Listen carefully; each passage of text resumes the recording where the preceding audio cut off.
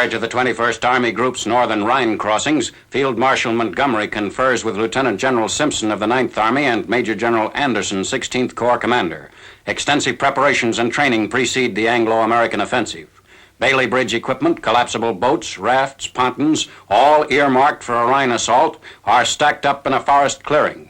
This bridging dump is maintained by Canadian units awaiting the signal to commence operations against the Reich River barrier. At Maastricht, Holland, LCMs brought down the canal from Antwerp are loaded onto M25 trailers for transportation to the bridgehead sector. American and British naval forces have chosen the LCM and LCVP as suited to Army requirements and capable of being transported overland. Alligators also are delivered for rehearsing troops of the 30th Division 9th Army. The Meuse River is used for Army-Navy training.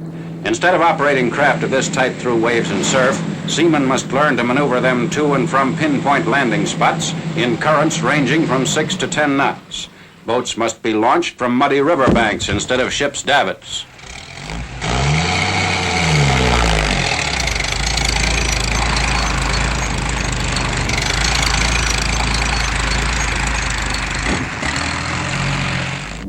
Preparations for the airborne operations coordinated with the amphibious assault.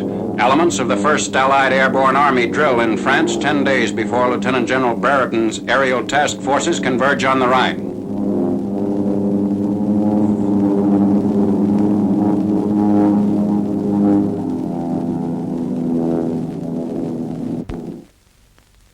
(24th March). The actual crossing of the Rhine already is in full swing. Men of the 30th Division are taken over in LCVPs. General Simpson's forces make the southernmost crossing below Wesel. Farther north, Lieutenant General Dempsey's British 2nd Army and Canadian troops are strengthening the bridgehead on the Westphalian Plain. Army engineers and Navy crews cooperate for these crossings. The engineers launch the craft and furnish guides, and the sailors operate them, applying lessons learned in weeks of practice.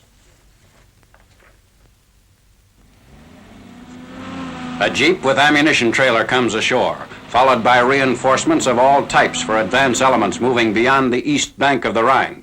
Operations are reported proceeding according to plan, with our troops well into the first German defensive positions north of the Ruhr.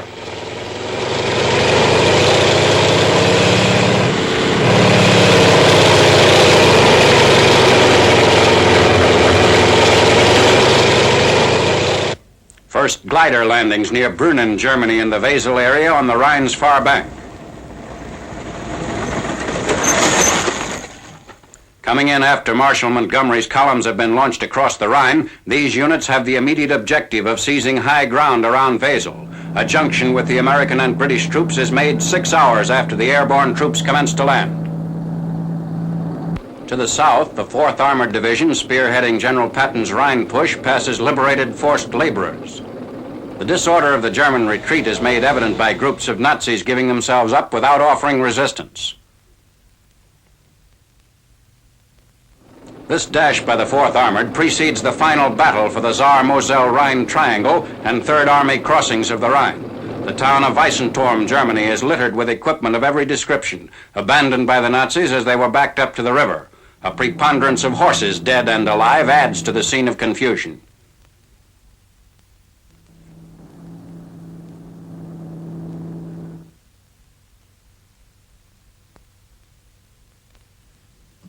Disorder at the Rhine bank, where Nazi stragglers wait to be moved to prisoner cages. The 4th Armored alone captures more than 4,000 prisoners in its drive through the West German hills.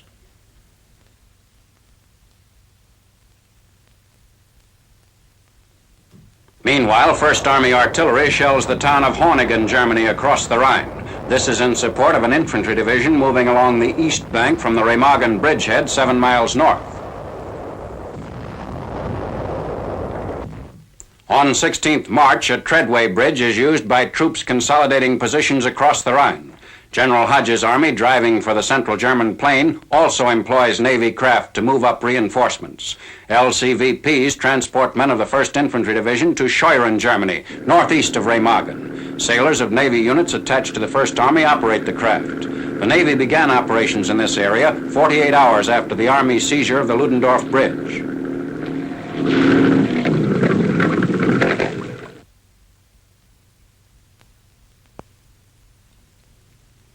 In addition, supplies are ferried across the Rhine in ducks. 2 amphibious truck companies, one a Negro outfit, man the amphibious vehicles on the runs to and from Unkel, Germany.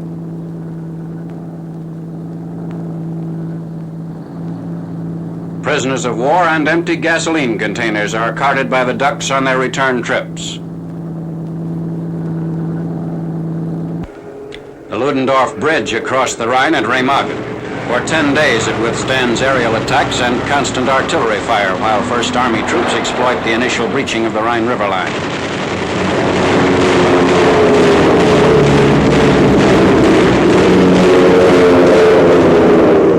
Traffic in the face of the attacks must be kept to proper intervals between vehicles. A convoy of ponton equipment is ready to be unloaded for engineer battalions who begin construction despite the enemy raids. Normally a 34-hour job, the bridging operations are hours behind as Nazi fire flares up repeatedly.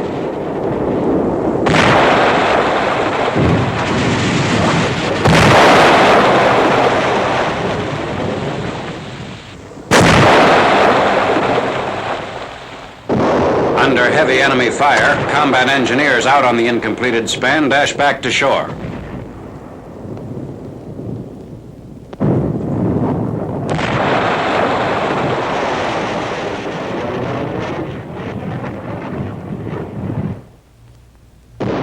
Despite these attacks, the first ponton bridge is completed and handling heavy traffic on 14th March.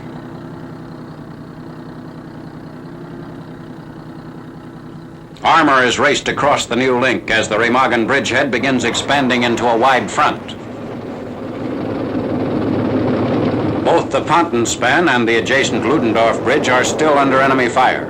The engineer battalion working on the Ludendorff strengthens the roadbed, which was improvised to allow vehicles to travel over the railway ties.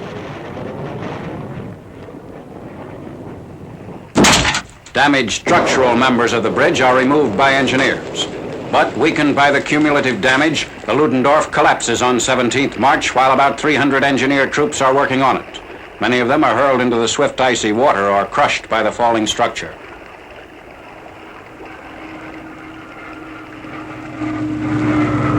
Rescue crews save those who managed to cling to sections of the span as it gave way.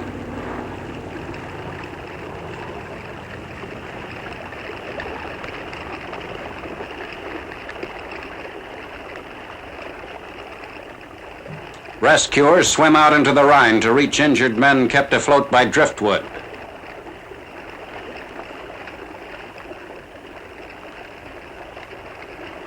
Bringing out a line to pull in the surviving engineers.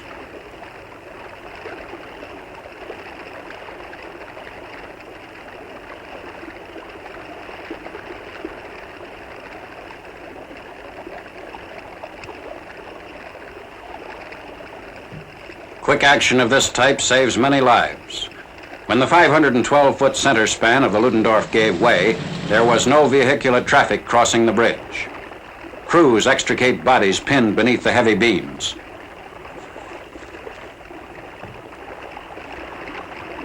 Three days later, on 20th March, Supreme Headquarters announces that the collapsed Ludendorff Bridge has been abandoned. The dispatch says that the span is no longer necessary because of the existence of other facilities across the Rhine into the Remagen bridgehead.